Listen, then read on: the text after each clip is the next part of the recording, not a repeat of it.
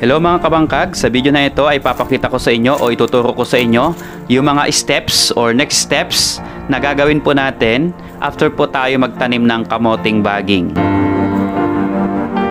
Kung mapapansin ninyo, after 21 days ay may mga talbos na yung ating kamote, so lumalago na po sila. At kasabay po ng paglago ng kamote ay yung pagsibol din o pagtubo din ng mga iba't ibang klase ng damo.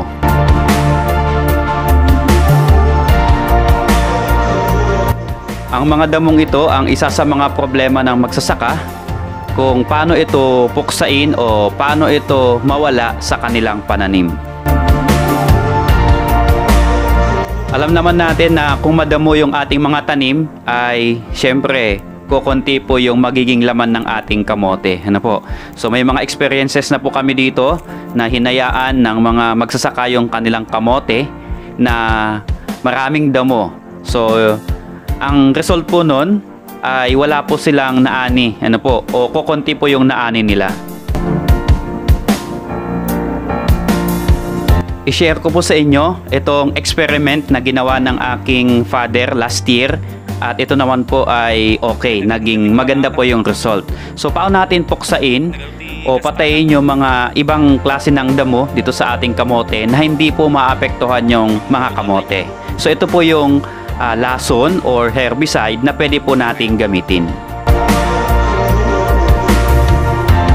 Ito po yung pwede po nating gamitin na herbicide. So from 15 to 20 days or 21 days old ng ating kamote ay check po natin yung mga damo kung meron na pong mga tumutubo. Kung meron na pong mga 1 inch to 2 inches na mga damo na tumubo, ang pwede po nating gamitin dito na herbicide na hindi po maapektuhan yung kamote natin ay one side. Pero sinasabi ko po, hindi lahat ng damo ay pwede po niyang patayin. Ano po? So may mga ilan lang po na damo na kaya niya, pero at least ay mabawasan po yung mga damo na kalaban po ng mga kamote natin sa fertilizer.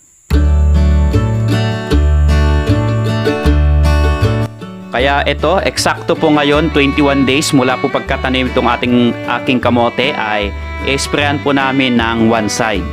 So ito pong one side na ito ay meron din pong epekto sa mga insecticides.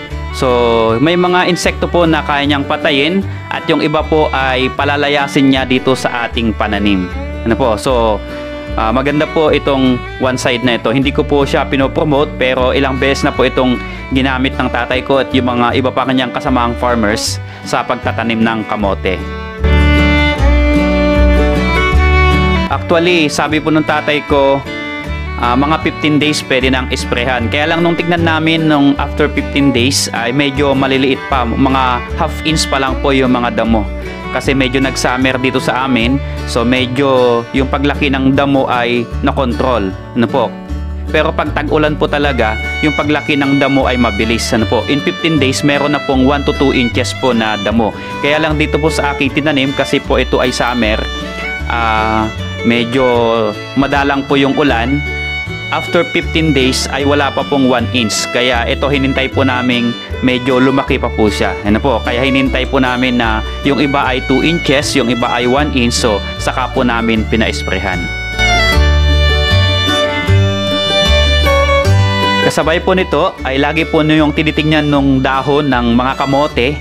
Kapag yung mga dahon ng kamote ay meron na kayong makitang nagtiklop o nagdikit na dahon ng kamote, ay sigurado yun meron na pong uod o meron na pong naglagay ng mga tawag dito, mga itlog ng uod. So ang kasunod po nito, dapat check po niyo lagi kapag meron na pong nagtiklop, magpa-spray na po kayo kaagad ng insecticides. Ano po? Para mapuksa kaagad itong mga uod na ito.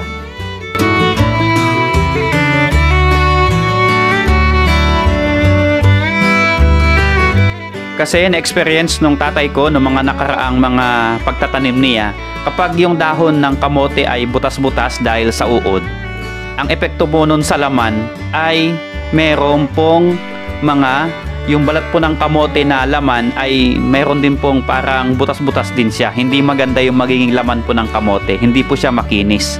So kapag gawin po yung laman ng kamote natin, yun po ay magiging reject din lang. Ano po? So wala pong pakinabang. Meron naman po, kaya lang mababa yung presyo kapag reject po yung magiging kalabasan ng laman ng kamote natin.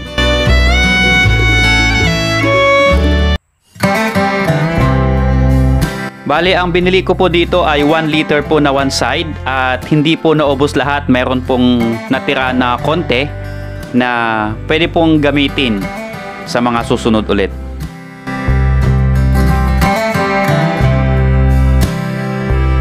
Ito po yung mga ibang tips na share ko po sa inyo sa pagtatanim ng kamote. Kapag yung kamote po natin ay medyo malago, malaki yung tangkay, malaki yung dahon, ibig sabihin po nun ay hindi po yun magkakalaman ng malaki.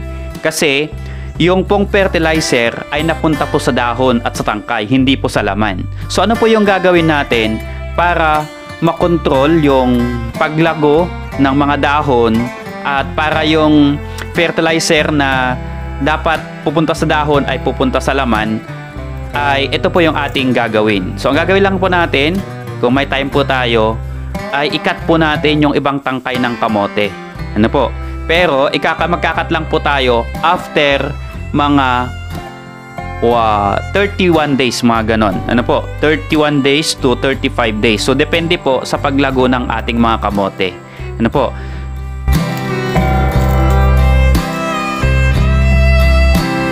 Ang dami na kasing naka-experience dito, na-compare nung father ko, na-compare niya sa magkatabi po na tubigan o magkatabing bangkag na tanim ay kamote.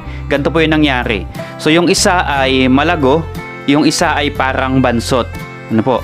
So yung malagong malago, nung nag-ani po sila, ay kokonti po yung laman. Kokonti na nga yung laman, maliliit pa yung laman. So, ibig sabihin, yung fertilizer o yung taba ng lupa ay napunta sa dahon o sa tangkay, hindi po napunta sa laman. Samantalang sa kabila, na parang bansot yung kamote, ano po, parang kung titignan mo, walang laman, yun pa yung mas marami at mas malaki yung laman. So, yun po yung isa sa tinitignan po namin dito sa tinanim kong kamote. Kung masyadong malago yung ating kamote, ay dapat makontrol na po natin yung paglago. Pero kapag katamtaman po lang po yung paglago niya, hindi po masyadong makapal at malaki yung tangkay, ay okay lang po yun. Ano po?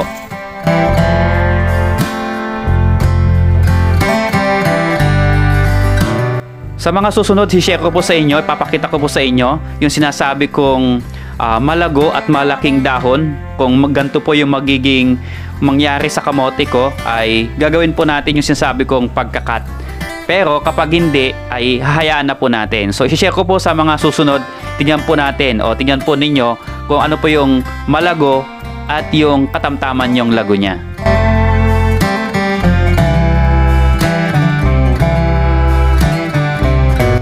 Isa pa, nakikita po sa dahon, napapakita ko po sa mga susunod kapag okay na yung kamote natin. Nakikita po sa dahon kung yung kamote ay magkakalaman ng maayos o maganda o wala pong magiging laman. So depende po yun doon sa tangkay. Papakita ko po sa susunod kong mga video.